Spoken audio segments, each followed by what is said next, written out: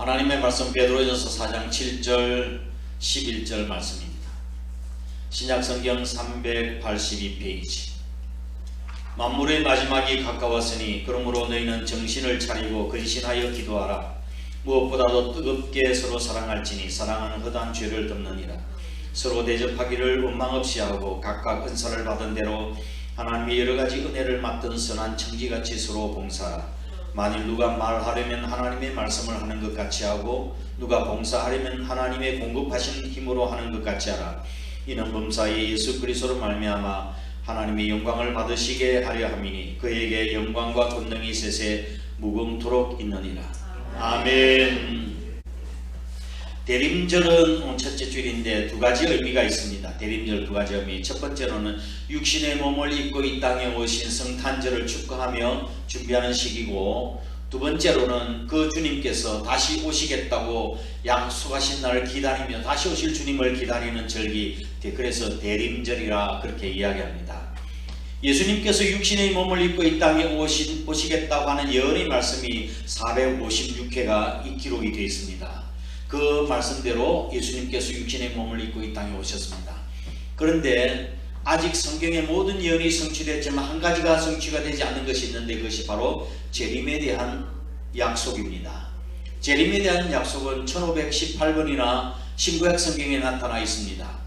456회 초림에 대한 예언이 성취가 되었다면 1518번에 기록되어 있는 그 예언은 당연히 성취되지 않을까요? 우리는 수천 번이라도 대답하기를 그 약속은 이루어진다고 말해야 됩니다. 하나님께서는 약속을 지키시는 분이시고 그 하나님의 약속은 곧 진리이며 팩트이며 진리 그 자체입니다. 우리 그리스도인은 예수 그리스도의 재림을 기다리는 우리 성도, 그 사람들이 그리스도인이라고 이야기를 하는 거예요. 자, 오늘 베드로 전서를 통해서 4주간 제가 말씀드리도록 하겠습니다. 베드로 전서를 읽다 보면 많이 나타나는 단어가 있습니다. 그 제일 많이 나타나는 단어가 고난이라는 단어입니다. 17번 나옵니다. 극심한 박해 아래 있는 초대교회 성도들의 고통을 대변해주고 있는 말씀이죠. 두 번째 많이 나오는 단어가 즐거움과 영광이라는 단어가 나옵니다. 15번 나옵니다. 그 외에 구원, 그 다음에 은혜, 믿음, 소망이라는 단어가 많이 나옵니다.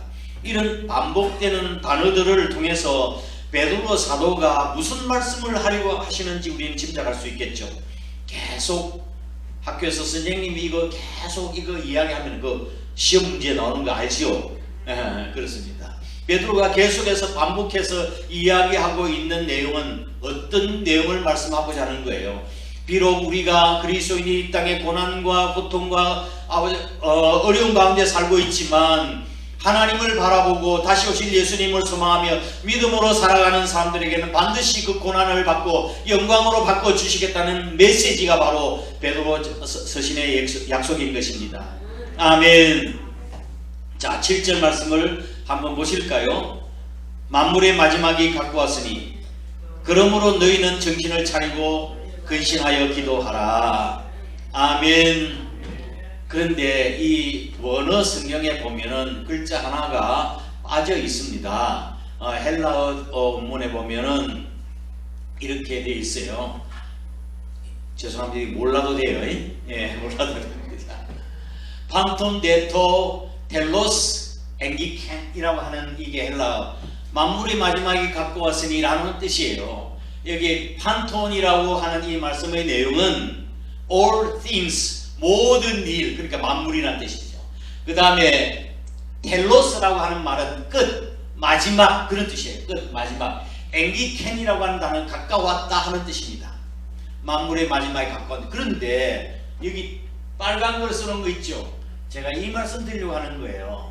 이 대라고 하는 말은 그러나라고 하는 말입니다. 그러나 우리 성경에 기록이 안 되어 있습니다. 그렇죠? 그러나 만물의 마지막이 가까웠으니 라고 해야 되는데 이 그러나가 생략이 되어 있다 이 말씀이에요. 자, but, 영어로는 but예요. 그러나는 무슨 뜻이에요? 앞에 있는 내용과 뒤에 있는 내용이 서로 상반되는 내용을 쓸 때 접속사가 but, 그러나라고 하는 단어를 씁니다. 그 사람은 부자다. 그러나 행복하지 않다. 그렇죠. 부자라면 행복해야 될 거 아니겠어요? 그렇죠? 근데 행복하지 않다. 반대, 상반되는 거예요. 그래서 이 상반적 수사를 이야기하는 겁니다. 그러면 앞에 있는 단어가 어떤 내용일까요? 베드로전서 4장 3절 이하의 말씀을 한번 살펴보도록 하겠습니다. 자, 너희가 음란과 정욕과 술 취함과 방탕과 향락과 무법한 우상 숭배를 하여 이방인의 뜻을 따라 행한 것은 지나간 때로 족하도다. 앞에 있는 내용 어떤 내용인가 하면은 과거 믿지 않을 때의 모습을 이야기하는 거예요. 과거 믿지 않을 때의 모습은 뭐예요? 지나간 시간, 예수님을 믿기 전 이방인같이 방탕한 삶을 살았던 것, 그것으로 끝내라 이런 뜻이에요. 그것으로 족하다 이런 말이에요. But 그러나 이제는 어떻게 살아야 된다는 거예요? 어떻게 살아야 되는 거예요? 7절 말씀에 정신 차리고 기도하라고 했어요. 8절 말씀에는 무엇보다도 서로 사랑하라고 그랬어요. 9절 말씀에는 서로 대접하라고 했어요. 10절 11절 선한 청기같이 봉사하라고 그랬어요. 정신 차려 기도하고 서로 사랑하고 대접하고 청기하고 봉사하라고. 왜 이렇게 살아야 되는가요? 왜 이렇게 살아야 돼? 그 동기가 뭡니까? 과거에 내가 시간을 너무 헛되게 보냈어. 너무 죄악 가운데 거하고 헛되게 보낸 시간. 두 번째로는 현재는 그런 나를 받아주시고 구원해주신 하나님의 은혜가 너무 감사해. 그리고 미래는 장차 오실 예수님 우리가 기다리고 있으니 그래서 우리가 이렇게 살아야 된다. 과거에는 이방인같이 살았지만 그거 끝내라고, 그 족하다고, 이제는 이렇게 살아야 된다고 말씀하고 있는 거예요. 마지막 때가 가까웠어요. 하루는 제가 삼천포 있을 때 목회할 때 한 집사님 한 분이 찾아왔어요. 성경에 대한 질문하는 거, 자주 질문하는 분이 있어요. 그분이 중학교 교사 선생님이었어요. 그래서 와가지고 목사님, 예수님께서 정말이요, 그때 정말이라고 말씀을 하셨는데 그 시간이 지나고 또 중세에 흘러서는 종교 암흑 시대를 지낸 그때도 정말이라는데 아직까지도 정말이에요. 왜 2000년 전에 종말이었는데 지금도 종말이라고 하는 이유가 도대체 뭐예요? 그러니까 그래요 집사님, 성경 한번 펼쳐볼까요? 한번 봅시다. 베드로전서 3장 8절 한번 살펴보라고. 베드로후서 3장 8절 한번 같이 읽어볼까요? 시작. 사랑하는 자들아, 주께는 하루가 천년 같고 천년이 하루 같은 이 한 가지를 잊지 말라. 주께는 하루가 몇 년? 천년 같고 천년이 하루 같다고 그랬어요. 천년이 하루 같다. 집사님, 예수님이 말씀하신 지 이틀밖에 안 됐어. 지금 2000년이 아니라 이틀밖에 안 됐어 그랬어요. 제한된 인간의 시간 개념하고 어떤 법칙이나 제한에 얽매이지 않는 하나님의 시간과는 차원이 다른 거라고요. 시간 개념이 달라요. 하나님은 영원하신 분이시. 할렐루야. 우리는 짧은 인생 70, 80을 살아가는 인생들 아닙니까? 70, 80을 산달지라도 하나님 보기에 방법이 한 경점과 같다고 그랬어요. 우리 인생이 티끌과 같은 존재라고 이야기하고 있는 거예요. 하나님의 시간 개념하고 인간의 시간 개념이 그렇게 다르다. 자, 그러면서 한번 9절 다시 한번 보실까요? 9절 베드로서 3장 9절 시작. 주의 약속은 어떤 이들이 더디다고 생각하는 것 같이 더딘 것이 아니라 오직 주께서는 우리 집사님을 대하여 오래 참으사 아무도 멸망하지 아니하고 다 회개하게 이르기를 원하시느니라. 아멘. 주님의 약속은 집사님같이 더디다고 생각하는 것 같이 더딘 게 아니에요. 모든 사람이 회개하고 돌아오기를 기다리고 있는 거예요. 알았습니다, 목사님. 알았습니다. 목사님, 하나님 주님 말씀하신 지 이틀밖에 안 지났어. 잘 기억해.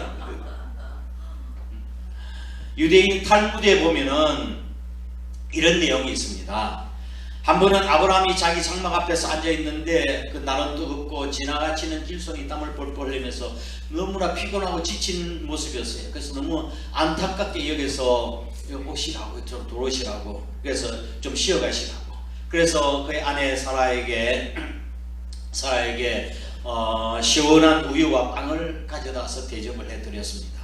옆에 앉아서 길손이 그 식사하는 모습을 보고 지켜보고 있던 아브라함은 넌지시 손님은 음식 잡수실 때 하나님께 기도하지는 않으신가요? 그랬습니다. 그랬더니 그러자 그는 나는 페르시아 사람이라 불을 숭배합니다. 하나님은 모릅니다 라고 이야기했어요. 그랬더니 이제 아브라함이 이제 신앙이 독실한 아브라함이 그에게 하나님이 계시고 어떻게 해서 그에게 하나님 그 이유를 살아계신 하나님 이유를 잘 설명하니까 이게 길손이 거기에 대한 반대 이유로 막 이야기를 할 나중에 결국 논쟁이 벌어지게 된 거라고요. 아브라함이 요즘 말로 불타고가 나가지고 당신 같은 사람은 내 장막에 들여보낼 수 없으니 빨리 나가시오 그렇게 이야기했습니다. 길손도 뒤도 돌아보지 않고 나가버리고 말았습니다. 이게 복음을 전할 때는 논쟁하면 안 돼. 그렇죠? 논쟁하면 안 돼요. 참고 기도하고 해야 되는데 아브라함이 장막 앞에 나가 길손의 뒷모습을 바라보고 있는데 문득 하나님의 사자가 나타나서 이런 말씀을 하시는 거예요. 아브라함아, 하나님께서는 저 사람을 위해서 50년 동안 기다렸는데 너는 1시간 동안도 못 기다리니? 그렇게 이야기하답니다. 하나님께서 이와 같이 모든 사람이 회개하고 구원받기를 기다리고 계시는 줄 믿으시길 바랍니다. 아멘. 옛날에도 예수님 말세라고 했지만 지금 말세 진말이에요. 그 말세 주님의 재림에 대해서는 우리가 정확한 시간 때는 알지 못하지만 제자들이 그런 말씀을 하셨습니다. 마지막 세상 끝날엔 어떤 일이 있어오리까 라고 제자들에게 여쭈었을 때 예수님께서 이렇게 말씀하셨습니다. 거짓 그리스도가 출현할 것이고 난리와 난리의 소문을 듣고 민족이 민족을 대적하여 일어나게 전쟁이 일어날 것이다. 처치에 지진과 길이 나고 불법이 성행하고 사랑이 식어질 것이다. 사람들의 왕래가 빨라질 것이다. 지금 5G 시대 아닙니까? 예수님 말씀하신 그 시대에 있었지만 지금은 계속해서 지금 진행형 아니에요? 우리가 지금 듣고 보고 있는 건 다 이게 말세의 징조라는 것을 알아야 되는데 사람들은 잘 깨닫지를 못하는 거예요. 옛날에는 지진이 일어나는데 100년에 한 번씩 큰 지진이 일어났어요. 그는 좀 있다가 50년에 한 번씩 지진이 일어나. 좀 있다가 30년에 한 번씩 지진이 반복돼. 10년 만에 한 번씩, 이제는 1년 만에 한 번씩. 지금 우리 매년 지진 소리 안 들어요, 여러분? 이게 완전히 횟수가 더 많아졌다고 하는 것은 세상 끝날 때가 가까웠다는 것을 말씀해 주고 있는 것이라고요. 지금 진행일 뿐만 아니라 더 강해지고 있다는 사실을 아셔야 합니다. 성경은 노아 홍수 때, 심판 때에 소돔과 고모라 성이 멸망당할 때 심판을 예고했지만 심판받기 직전까지도 사람들은 농담으로 여겼습니다.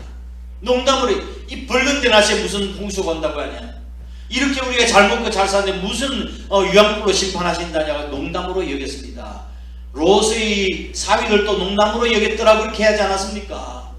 오늘날도 사람들이 이 설교를 들으면서 그럴까 뭐 설마 그럴까 농담으로 여기는 사람이 있습니다. 우리는 하나님 말씀을 농담으로 여기서는 안 됩니다. 반드시 주님의 재림 시에 심판이 있을 것이라고 말씀하고 있어요. 이어서 베드로서 3장 10절 말씀을 한번 보시기 바랍니다.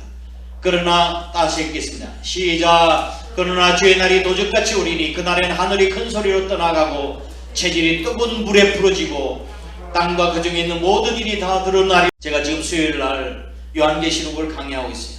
마지막 때에 있을 정말에 있을 내용을 이야기하고 있지 않습니까? 그때 제가 말씀을 잘 드렸습니다.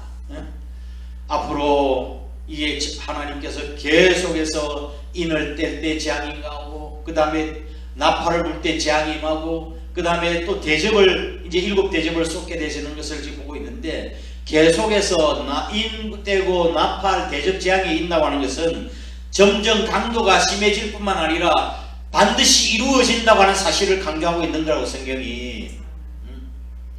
지금 지구 표면에는 옛날에는 물로 심판했지만 이제는 물로 심판하지 않고 앞으로는 뭘로 심판하신다고 그랬어요? 불로 심판하신다고 성경에 말씀하셨죠.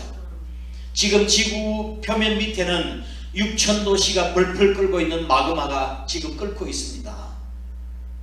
그게 지금 화산 폭발로 인해서 지진대가 있죠. 화산 폭발에서 지금 수없이 많은 사람들이 죽고 화산 폭발로 인해서 어려움을 겪고 있지 않습니까? 뿐만 아니라 인간들이 보유하고 있는 이 핵무기가 지구를 수십 번 날려보내고도 남는 핵무기가 이 지구상에 존재하고 있습니다. 불로 심판하실 거야. 마지막 때 아마겟돈 전쟁이 일어나면 그죠? 미국의 대통령도 그렇게 이야기했잖아요. 아마겟돈 전쟁을 언급했다가 나중에 거두어드렸는데 앞으로 어떻게 될지는 몰라요, 여러분. 예? 불로 심판하실 것.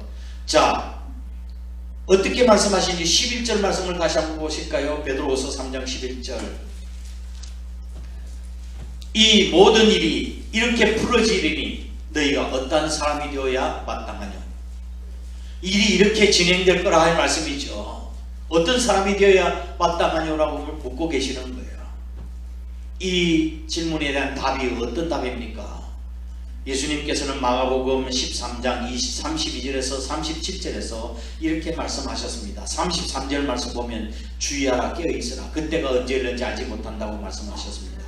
35절 말씀을 보면 그러므로 또 깨어있으라고 말씀했어요. 집주인이 언제 올는지, 저물 때일는지, 밤중에는 다볼 때인지, 새벽은 너희가 알지 못한다고 했습니다. 37절 깨어있으라, 내가 너희가 하는 이 말이 모든 사람에게 하는 말이니라. 아멘. 거듭에서 깨어있으라, 깨어있으라, 깨어 말씀하시는 거예요. 저와 여러분이 깨어있기를 주님의 이름으로 축복합니다. 깨어있으라, 깨어있어라, 깨어있어라. 예수 내게 말씀하셔서 깨어있어라, 깨어있어라.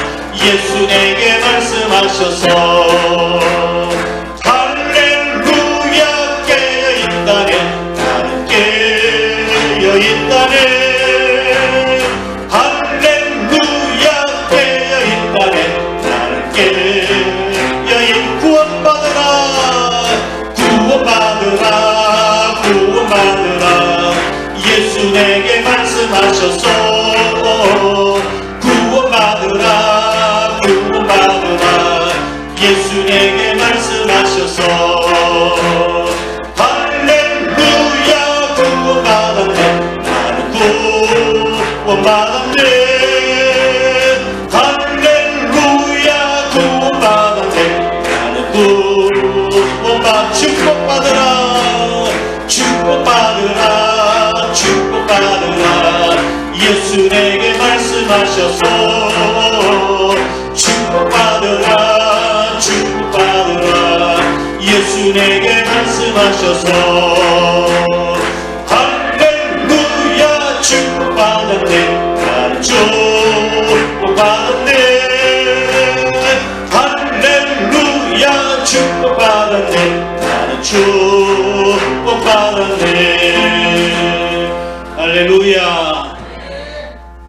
다시 본문 4장 7절로 들어갑니다. 만물의 마지막이 가까웠으니 그러므로 너희는 정신을 차리고 깨어있었기 바랍니다.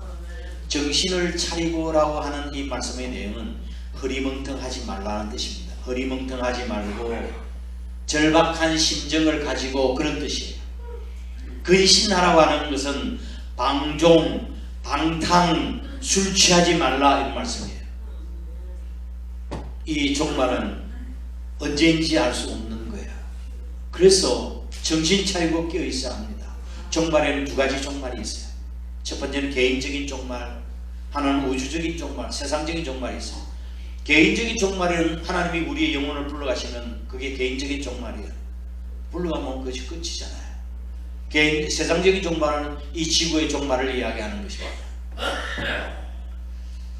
언제 일어날지 알지 못하지요. 2003년도 대구 지하철 참사가 일어났습니다.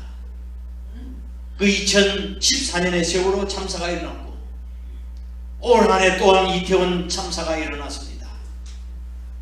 그때나 지금이나 하나도 변하는 것이 없어요.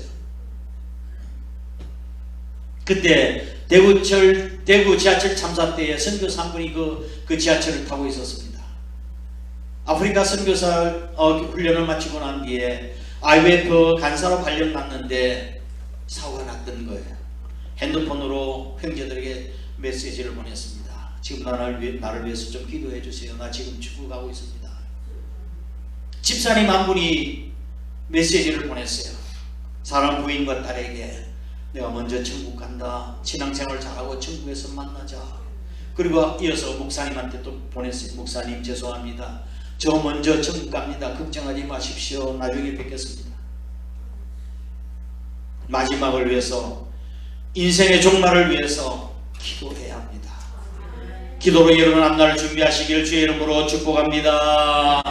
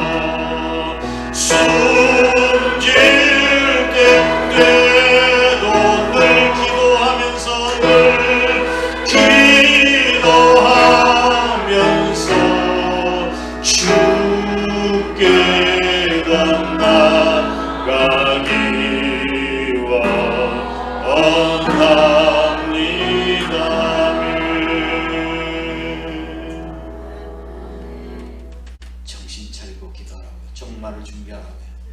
우리 기도할 때 어떻게 기도해야 되나요? 첫 번째, 정신 차리고 기도해야 합니다. 깨어있어 기도해야 합니다. 사단은 우리가 기도하지 못하도록 늘 방해합니다. 열매 맺지 못하도록 자꾸 방해하고 가라지를 뿌립니다.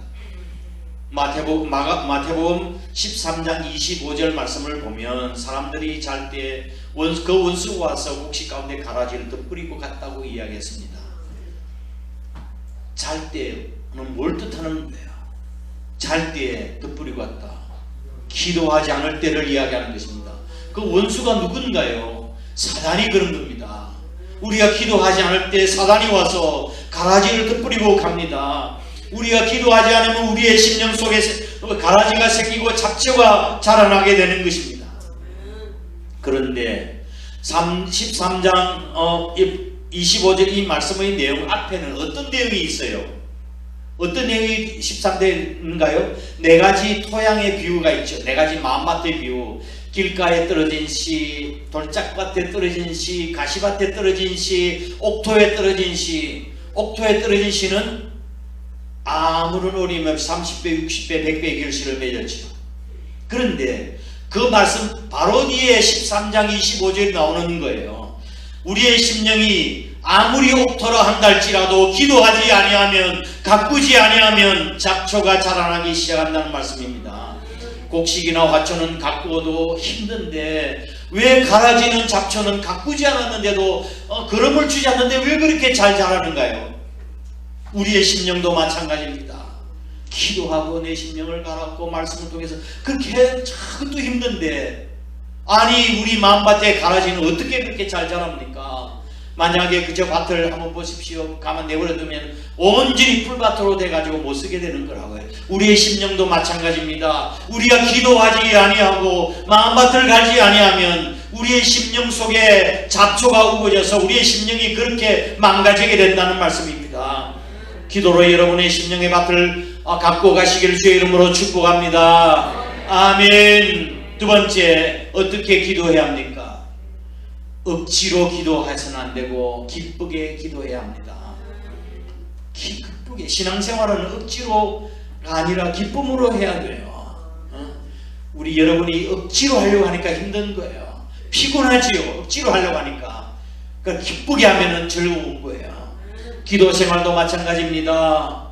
기쁘게 해야 되는 거예요. 세상 사람들이 우리를 보고 뭐라고 이야기합니까? 당신들은 신앙생활 어떻게 무슨 재미로 예수 믿느냐고 이야기하잖아요. 무슨 재미로 이야기? 술도 못 마시지, 담배도 못 피우지, 바람도 못 피우지, 무슨 재미로 예수 믿냐고 이야기하잖아요. 그럼 여러분 뭐라고 대답해 줘야 돼? 여러분 뭐라고 대답할 말을 준비해 놔야지. 이렇게 하십시오.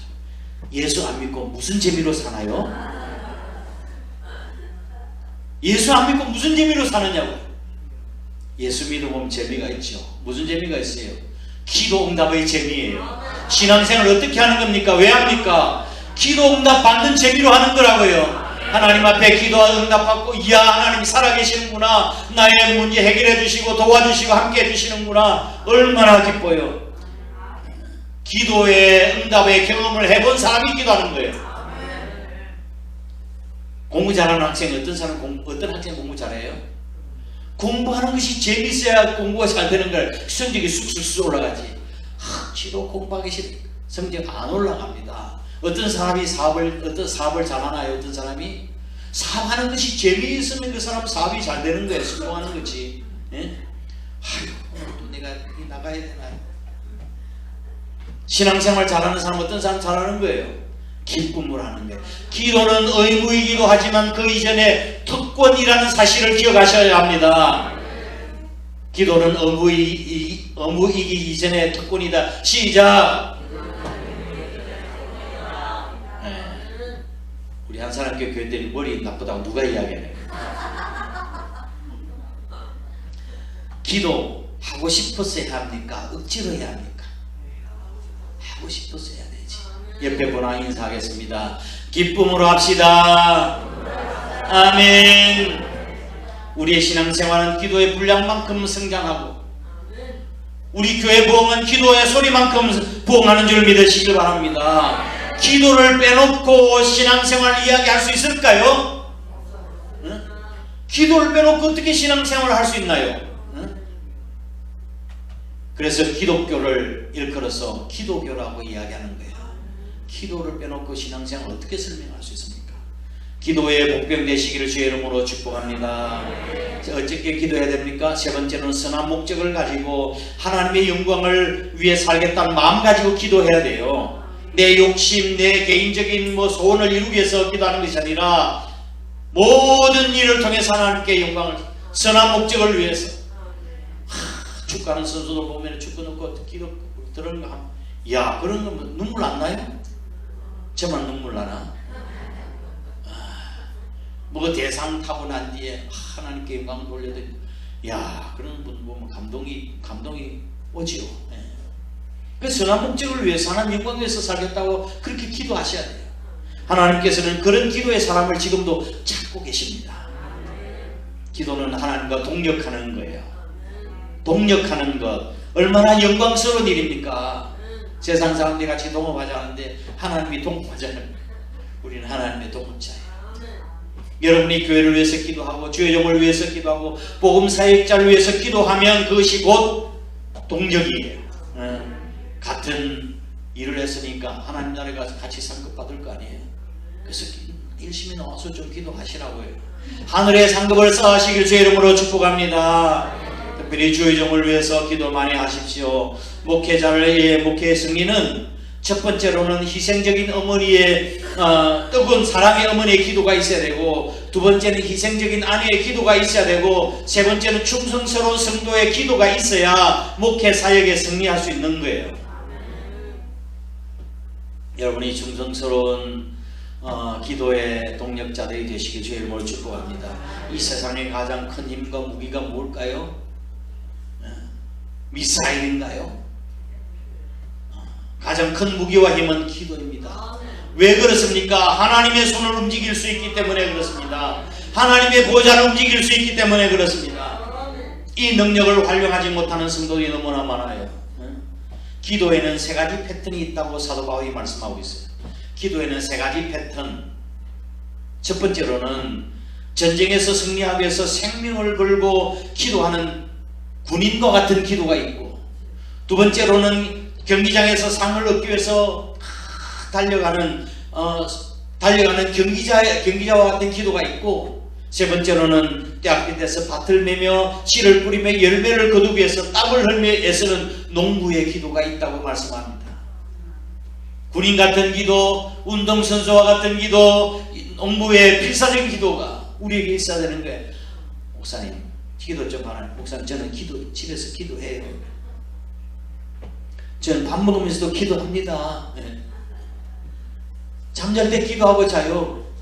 이런 편안한 기도의 고급화는 막아야 합니다. 기도라는 말에는 명상과 묵상이라는 단어의 뜻도 있긴 있지만 몇 군데 없어요. 기도라는 이름의 뜻에는 원어의 뜻은 씨름이라는 뜻이 많이 들어있습니다. 씨름. 예수님께서 겟세마네 동산에서 피땀 흘려 기도하셨습니다. 예?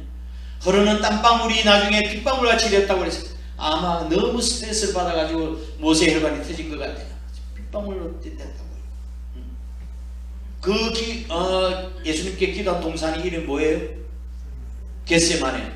겟세마네의 이름 뜻이 무엇인지 아십니까? 겟세마네 이름의 뜻 알면 제가 재미가 없지요.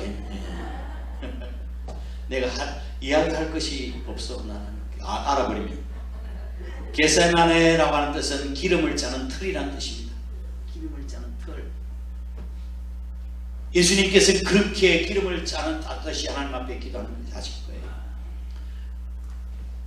무난히 사식의 기도. 하나님 안녕하세요. 안녕히 계세요. 무사 안일하게 해달라고 하는 기도, 오늘도 안전하게 해달라는 기도, 이런 기도는 우리를 병들게 합니다. 기도의 고급화를 막아야 합니다. 추워도 나와서 기도해야 되고, 배고파도 나와 기도해야 되고, 하나님 앞에 나와서 결단하며 기도해야 합니다. 모든 것 다 하시는 주님 알아서 해 주시옵소서. 아멘. 안 하시네. 어떻게? 성경 어디에도 하나님도 알아서 해주세요 하는 그런 기도가 없어요. 성경에는 예수님께서는 내가 무엇을 해주기를 원하느냐고 물으셨어요. 내가 네게 무엇을 해주기를 원하느냐 내게 구하라. 구체적으로 물어보셨습니다.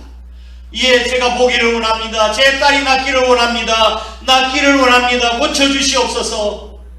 내 믿음대로 될지어다. 아멘. 구체적으로 물어보시지 하나님 알아서 다 해주세요. 이런 기도는 성경에 없어요. 노동기도, 땀 흘리는 기도, 생명을 거는 기도, 실험하는 기도, 한 톨 쌀을 생산해내기 위해서 땀 흘리는 그런 기도를 할 수 있기를 주의 이름으로 축복합니다. 기도는 하나님의 손길을 움직이고 사람을 변화시킵니다. 기도는 또한 사회를 변화시키고 역사의 방향을 바꾸는 것이 기도입니다. 어느 장로님 한 분이 계신데 이 장로님이 참 믿음이 참 좋으신 장로님이세요. 그런데 그 장로님이 간증하기를 어렸을 적에 그 장로님이 문제아였답니다. 문제아. 말씀만 피우고 공부도 안 하고 부모 쏙썩이고 그랬어요. 유년시에 유독 공부를 못했던 장로님, 그 장로님이셨는데 늘 농땡이 쳤어요. 학교 가기 싫어가지고. 그래서 어머니의 마음을 아프게 해드린 거예요. 초등학교 3학년이 됐는데 한글도 못 뗐어. 다른 사람은 다 떼고 들어오는데 초등학교 3학년에도 그 한글도 못 뗐어. 그래서 하루는 선생님께 애를 불러놓고, 자, 여기 떡에 대해서 가르치려고 하는데, 떡에다가 무슨 밑에 받침을 받치면 떡이 돼? 그렇게 물었어요. 떡에다가 무슨 받침을 믿으면 떡이 되냐 물었더니 이 장로님이 그냥 자신있게 대답을 한 거예요. 떡고물이요 그랬더니 고물 묻히면 떡이 된대.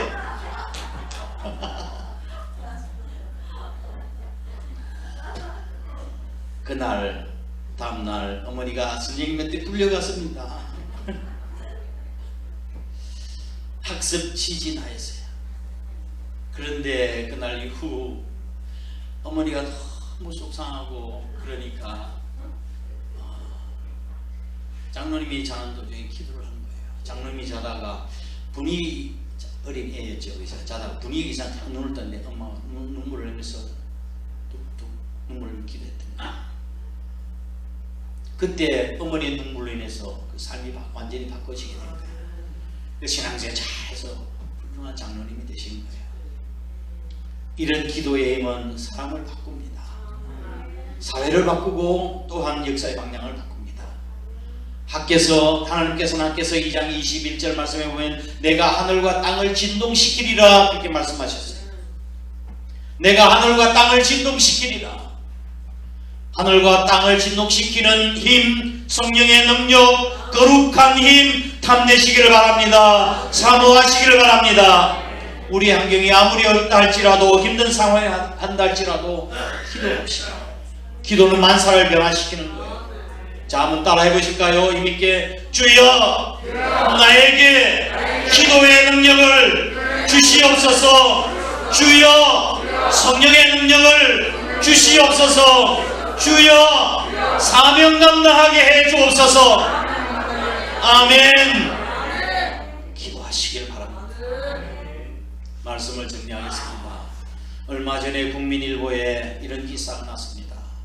코로나로 인해서 1년에 문 닫는 교회 수가 3,000교회였답니다.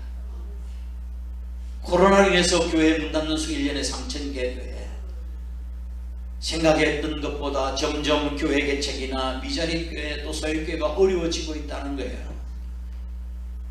많은 그리스도인들이 대형교회로 쏠림 현상이 일어나고 있어요. 쏠림 현상. 대형교회로 가면 익명성이 있죠. 익명성의 원리. 아무도 알아주지 않아요. 그거 좋죠. 왔다 저 뒤에 갔다가 조용히 앉았다가 몰래 살짝 가고 뭐 헌신하지도 않아도 되고 뭐 기도하지 않아도 되고 예배만 드렸다가 내가 업무를 잘했다고 생각하니까 그래서 많은 사람들이 대형교회로 뭘 쏠림 현상이 일어나는 거야. 사실 제가 목회하기 신학 다닐 때만 해도 개척교회 사람들이 또 내가 축복받으려고 하나님 앞에 가서 개척교회 하면 더 상급이 크다고 해가지고 개척교회를 갔어요. 제가 전도사 때 우리 저 후배가 형님 우리 이모부 교회 개척하는데 가서 조금 도와주실 수 있어요? 그래 내가 같이 바로 그 말 하고 가서 그 학생들을 가르치고 뭐 청년들 가르치고 내가 그랬던 거예요. 근데 지금은 그런 사람이 없어요. 지금 목회자들이 옛날에는 저쪽에 수원 밑으로는 평택 밑으로 안 내려온다 했는데 지금은 대전 밑으로도 안 내려가지. 목사들이 안 내려와요. 목사들이 전도사들이 다 서울에만 있고 말씀이죠. 그랬다가 수월하게 뭐 대형교회에서 목회하다가 그 다음에 목사 안수 받고 뭐 그러려고. 그는 코로나 사태로 인해서 온라인 예배가 있었지 않습니까? 우리도 그렇게 했는데 내가 안 되겠다 싶은 생각이 나중에 드는 거예요. 예배만 드리고 그 다음에 뭐 셀 예배도 하지 않고 막 주일에 한 번만.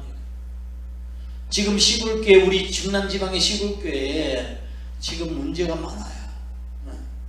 그동안 온라인 예배 드렸다 보니까 교회는 안 가도 되는구나. 집에서 텔레비 보고 예배 드렸다고 이야기해요. 그래서 저녁 예배도 없어요. 오후 예배도 없고. 내가 나오면 그분들 또 시골에는 모셔다 드려야 되니까 밤에 깜깜하고 못 나오고. 옛날에는 하심없이 나왔던 분들인데 말씀이죠. 얼마 전에 미국에서 100몇십 년 된 교회와 227년 된 교회가 문을 닫았다고 한 뉴스를 제가 들었어요. 코로나 사태로 인해서. 지금 목회를 하면서 투잡을 하고 있는 목회자가 늘어나고 있어요. 투잡. 교회 교인 수가 5명, 10명밖에 안 되니 어떻게 교회가 운영이 되겠냐고요. 그래서 목사님이 투잡을 해요. 목회를 하는데. 참 이게 안타까운 일이지만 여러 교단이 있는데 우리 교단도 지난번 총회 때 투잡을 할 수 있다고 그렇게 이야기했어요. 사모님이 화장품 팔러 다니시고 목사님이 투잡을 아르바이트를 하고 말씀이죠. 대리운전 기사 10명 중에 2~3명을 목사라고 하는 농담 섞인 나올 정도예요. 목회가 그렇게 심각해지고 있다는 말씀입니다. 심각해지고 있다. 지금 신시가지의 신도시들한 상가의 교회 수가 높은 임대료 때문에 확연하게 교회가 줄었고, 심지어는 목회 중인 교회 장소가 매물로 나와서 신문에 나올 정도로 상황이 심각해지고 있습니다. 지금 마지막 때가 돼서 그런 거예요. 그러면서 문 닫는 교회 10가지 특징을 이야기했습니다. 문 닫는 교회 10가지 특징. 첫 번째, 전도하지 않는다. 전도해라도 전도하지 않아요. 기도하지 않는다. 안 되는 핑계만 댄다. 바쁘다고 얘기해요. 그 다음에 목회자의 의욕부재. 교인들이 표정이 밝지 않고 공동체의 에너지가 어둡고 가라앉아 있어. 교회 입구가 어둡고 침침해. 복음보다도 정치적인 또 사회적인 이슈에 관심이 더 많아. 무언가 기적만 바라고 기다려요. 교회 안에 한두 명이 간섭이나. 한 번은 목사님이 교통사고 났다 내가 신방을 갔습니다. 가서 그래서 위로를 하고 어떻게 이런 어려움이 있겠나. 이제 공주에서 목사님들 만나고 서울 가려다고 그렇게 사고가 났대요. 왜 서울 가느냐? 그때 광화문에 태극기 부대에 이런, 내가 그 목사님한테는 후배이기 때문에 뭐라고 했어요? 목사님이 토요일 날 설교 준비하고 기도해야 되는데 무슨 광화문 태극기 집회 가느냐고. 그것 때문에 하나님이 이렇게 하신 거라고 내가 털어놓고 이야기했어요. 우리가 지금 복음에 관심을 갖고 영혼 구원에 관심을 가져야 되는 때에 왜 그런 데 쫓아다니고 그러냐고요. 여러분, 제가 광화문 가면 좋겠나요? 제가 광화문 한번 가볼까요? 그런 목사를 누가 좋아해? 교회 안에서 요즘은 간섭이고 독선이 심한 교회. 그래서 문 닫는 교회가 생기는 거예요. 얼마 전에 저 세종에서 목회하는 친구가 오래간만에 전화가 왔어요. 김 목사 한번 만나고 싶다고. 그 친구가 그 신학교 룸메이트였습니다. 지금 몇십 년 만에 30년 전화가 온 거예요. 그분이, 그 양반이 큰 목회를 했어요. 광주에서 큰 목회를 했는데 이분이 스트레스를 받아가지고 나중에 우울증이 걸렸어요. 그래서 15년 전에 교회를 사임을 했어요. 교회를 사임할 때 교회에서 아파트 한 채를 마련해 줬어요. 그래가지고 그때 어디 왔는가 하면 세종으로 왔다고요. 세종에서 세종정부 청사에서 그 기자재 신호의 모임인데 설교를 좀 해달라고 해서 그래서 그 가서 설교를 했어요. 10년 동안 목회를 하지 않다가 5년 전부터 목회를 시작한 거예요. 그쪽에서.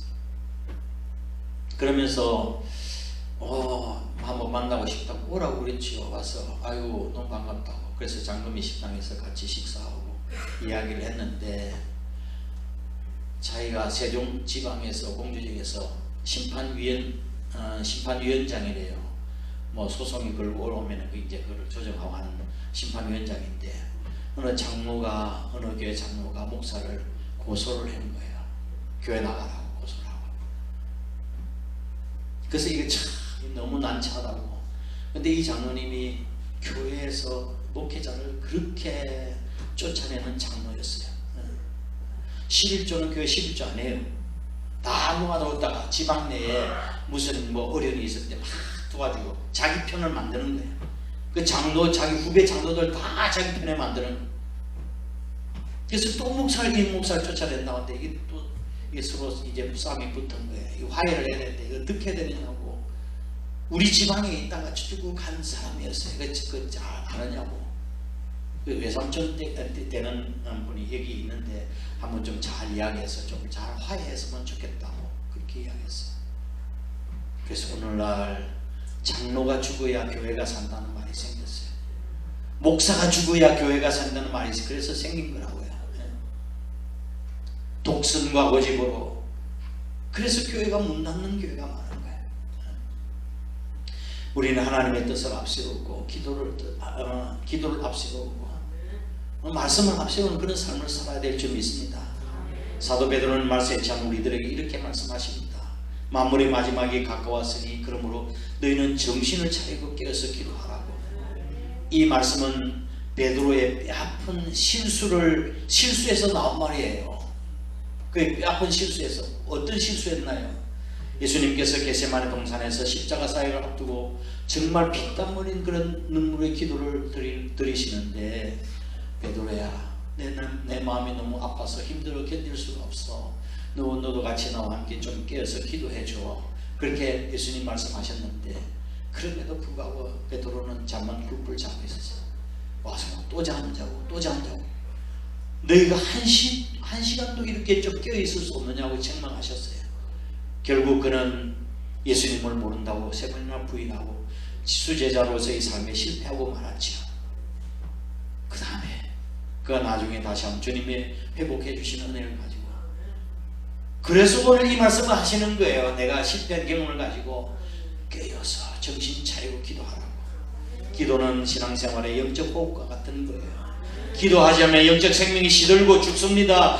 우리의 심령이 죽고 가정이 죽고 교회가 죽습니다. 깨어서 기도하기를 주의 이름으로 축복합니다. 아멘. 함께 일어나셔서 365장과 180장 연이어서 찬송하도록 하겠습니다. 365장.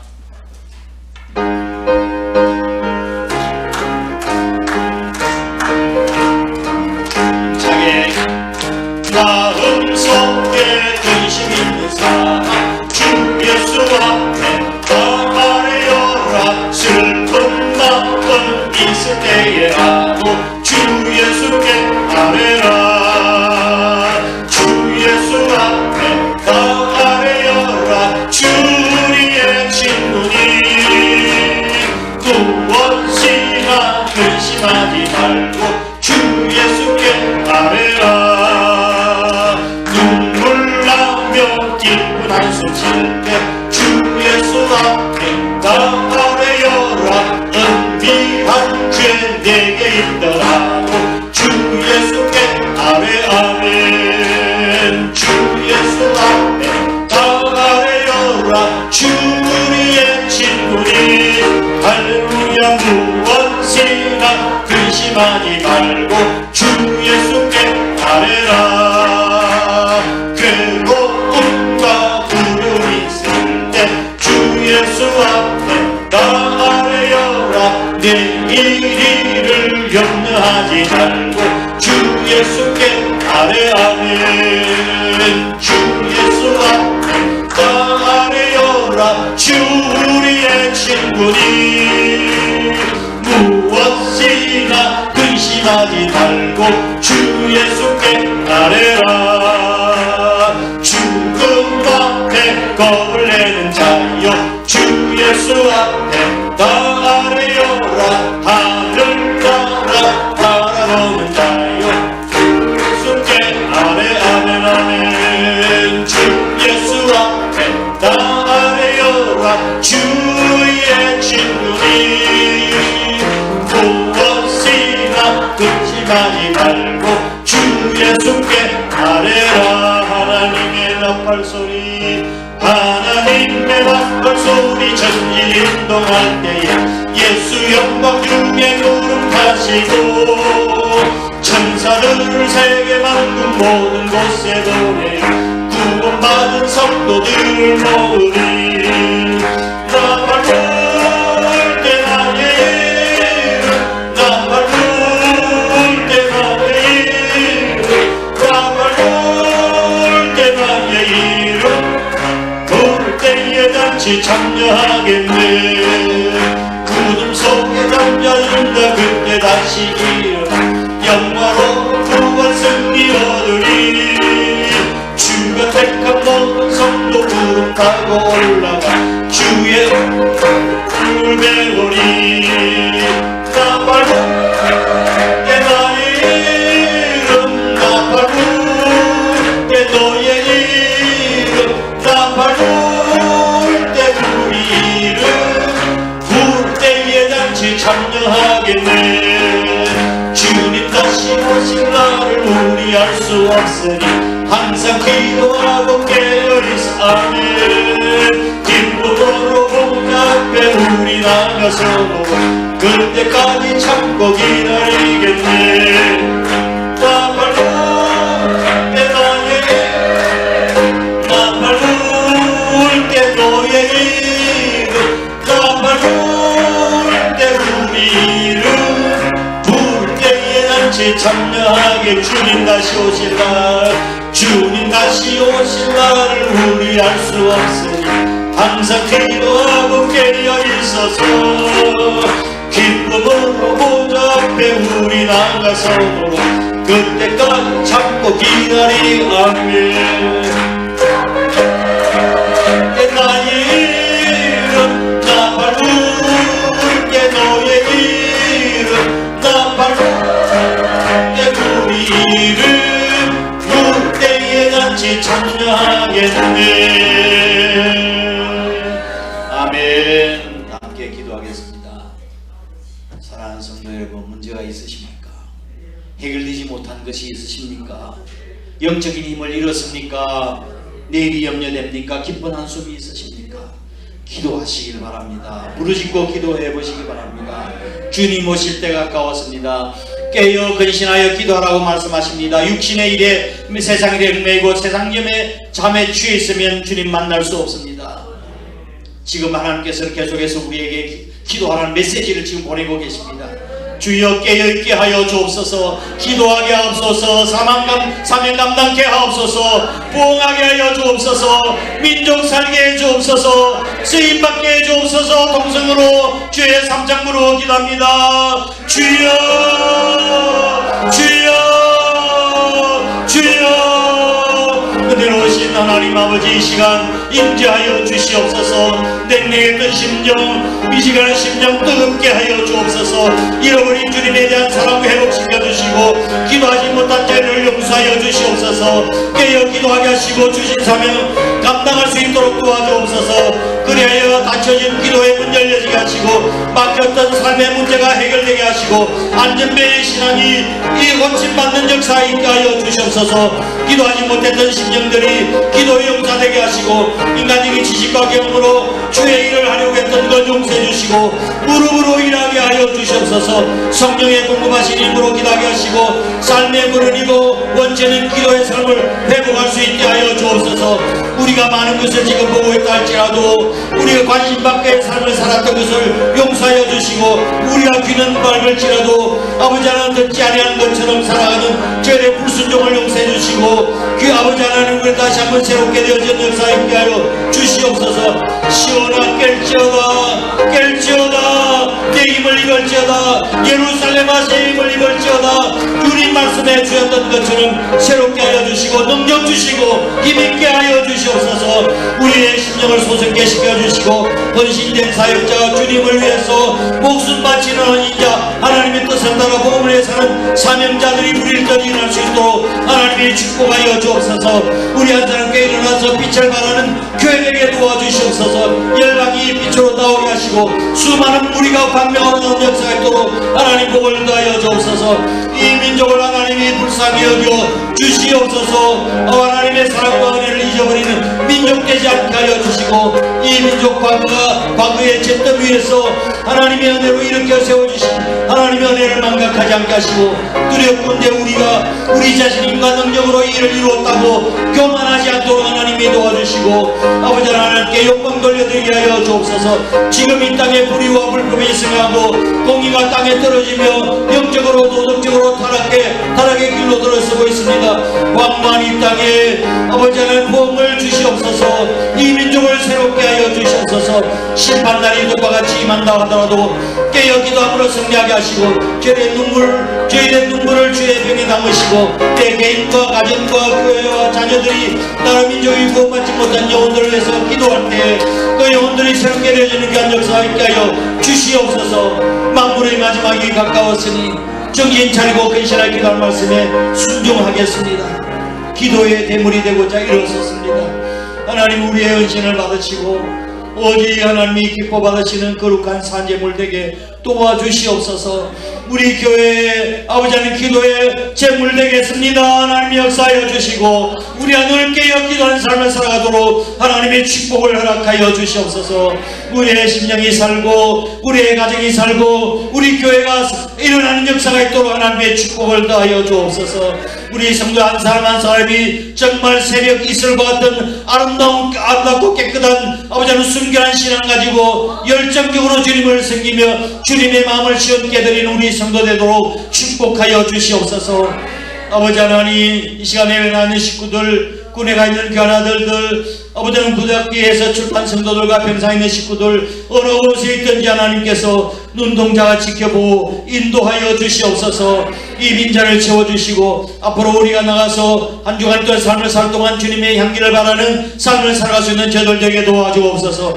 오늘 거룩한 주일을 위해서 애쓰고 수고한 수많은 일꾼들 예배 준비팀들 아버지 하나님 교회를 청소하고 주의 종을 돕고 섬기며 유세의 사랑을 베풀고 아버지 하나님 교학교 교사로 또한 아버지 하나님 섬김이로 찬양사로 일하는 모든 일꾼들 하나님께서 축복하여 주시옵소서. 예수님 거룩하신 이름으로 간절히 축복하고 기도되옵나이다. 아멘. 이제는 우리 구주 예수 그리스도의 크신 은혜와 하나님 아버지의 극진하신 사랑하심과 성령님의 위로 교통하심이 세상의 마지막이 가까웠으니 깨어 근신하여 기도하라고 주님의 말씀에 순종해서 주님 앞에 기도의 제물되게 하시고 정말 이 교회의 부흥의 기도의 밑거름이 되기로 마음으로 다짐하는 거룩한 주 백성들과 우리 한사람교회 전체 위에 항상 함께 하시옵기를 간절히 축원합나이다. 아멘.